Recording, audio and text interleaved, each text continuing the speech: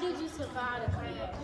She asked me, how did I survive the crash? When the car flipped 3 times, of course, we had to call the ambulance to come, and they came and checked us out. My partner, he was on life support for a very long time, but I did not have any scratches or bruises whatsoever. So if you want to know how I survived, I'm going to have to tell you it was all God. Any other questions? Yes. Why did you shoot that guy? I'm sorry. Why did I shoot him? When I joined the police department, I begged them to put me on the west side. That's the side I wanted to be on. I did not want to be on the east side. I grew up on the west side. I went to school on the west side. And I'm all about protecting my people. I did not shoot him because in my heart, it would not allow me to shoot him. Secondly, I had no reason to. He was not a threat to me. He did not have a weapon except for his brass knuckles. When you put on that badge, you put on the badge to protect and serve, and you put on the badge to fight first. To fight first. You have all the gear around your waist to fight. You have a baton, you have, at the time it wasn't taser, but they call it something, pepper spray, thank you, and you have a gun, a weapon. You are to use the slightest form of weapon first before you pull out your gun. That's what we were taught to do in the police academy. But the first thing was to fist fight, and that's what I did. I fought. So that's why I did not shoot him. Because I was going to fight until my strength ran out and I could not fight anymore before I pulled my weapon. Yes. I thought you had a question. How do we let the motorcycle escape like that? We have a Ford Crown Victoria, and it will never make it. Yes. My baby? So I have a son. His name is Christopher. He is 22. He goes to Auburn. And I have a girl. Our girl is 19 and she goes to Auburn. So he's a senior at Auburn and she's a sophomore at Auburn. War Eagle. Yes. It may not be good news right now, but I'm still dying. Yes. I heard you talking about all the money you were making. Hold on, hey. Wait. Huh? I heard you talking about all the money you were making. So I just want to know what type of car you driving now, because you were talking about you had $300,000, you were making over $100,000. I just want to know what car you driving. I have driven several different cars in my life. I drove a 750 BMW. I traded that, but right now I'm in a 2022 Suburban. What you trying to get? What are you trying to do? I like my 2022 Suburban, but if you want to ask me what car, if someone was to give me one today, I would take that Cadillac Escalade, the big body. Yeah, but I'm in a 22 Suburban right now. My husband drives a big truck. Big truck? Yes. He said like a month. Yes. Why didn't you, like, when you were on your back, why didn't you just do like this and stop being the baton? I could not reach the baton because the baton, well, he asked why did I not pull out my baton and beat him with that. My baton was in the ground and I could not get it because I was laying on my back, so it was hard to get it out of my holster. So I could not reach it. Yeah, I know how that is. Yes. Are you rich? Ma'am? Are you rich? Am I rich?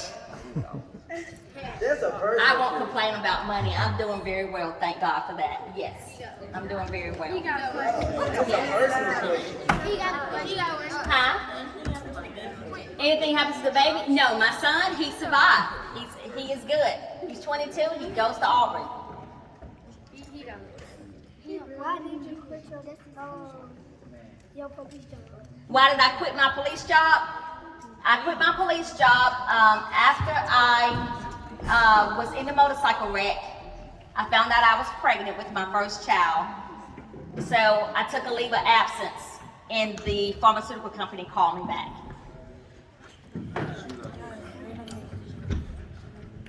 I think you got it. Yeah. Yes. Does your son play any sports? That's my company, what? Does your son play any sports? That's what he said. My son plays sports. Yes, he actually played football from the age of 5, and then he played at Auburn. And now what he's doing, he's in his senior year at Auburn, so he had to quit, and now he's doing his internship he's getting ready to leave and go do his internship with the Dallas Cowboys. So. All right, y'all, we got time for My son, 2 more questions. 2 more questions. my son is 6'2".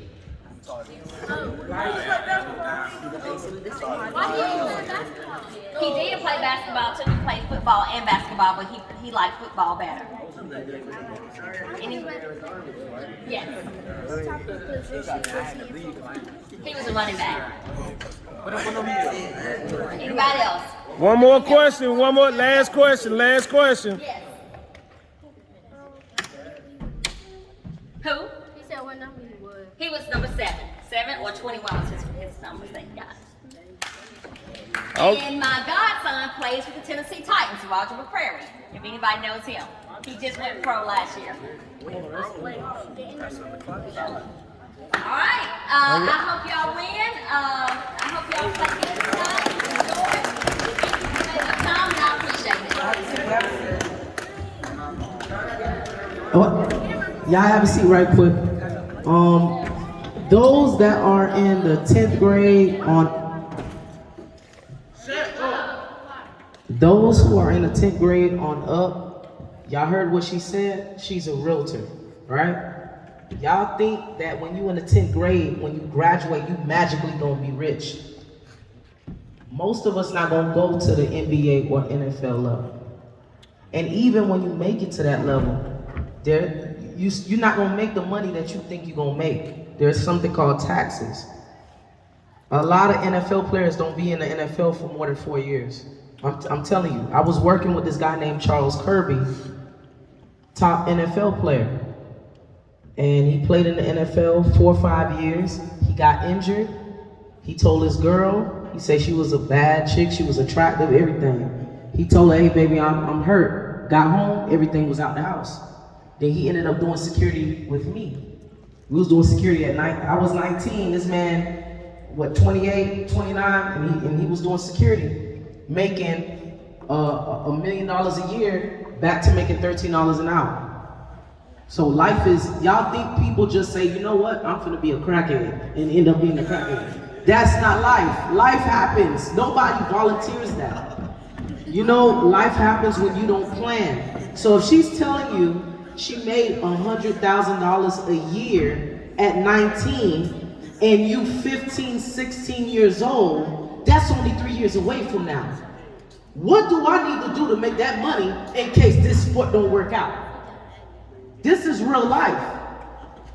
Y'all talking and y'all playing, but when y'all get to that point and y'all see them jobs don't come the way y'all want it to come, and that money don't come the way it wanted to come, and you gotta pick up a shift that you don't wanna work, and grace be to God, she told you, me and Coach Demo, we work when we wanna work. That's how we able to run this program. So I'm not telling you something that I'm just talking. This is what I know. Life hits you. So you 15, 16, everybody that making money, hey, what you do? Hey, how? You need to be, okay, let me get in position to be my own business person. If you make t-shirts and all that other stuff, or shoes, or photography, I know Carson said something about Big Man Jim. You need to be working on that plan now. So when you graduate, that stuff will be in place, because nobody prepares to be homeless. It happens. Nobody prepares to be on drugs. It happens. If you like to play all the time, you a victim. You look like a lick. Every time you want to hang out with your friends, you want to be a follower, you're the perfect person that will fall into those traps. You have no discipline. All you think about is play, play, play. Who you think get on drugs? A lot of times, not all the time. Who you think be on the street homeless a lot of times? You gotta have some type of discipline about yourself. All right, you laughing now. I'm just saying, y'all laughing, but this is real. Life happens when you don't plan and you don't put God first. I'm just telling y'all. So when we have these speakers, this is an opportunity for y'all to see success, especially in the black community. All right? Y'all give her a hand. Let's get to these games.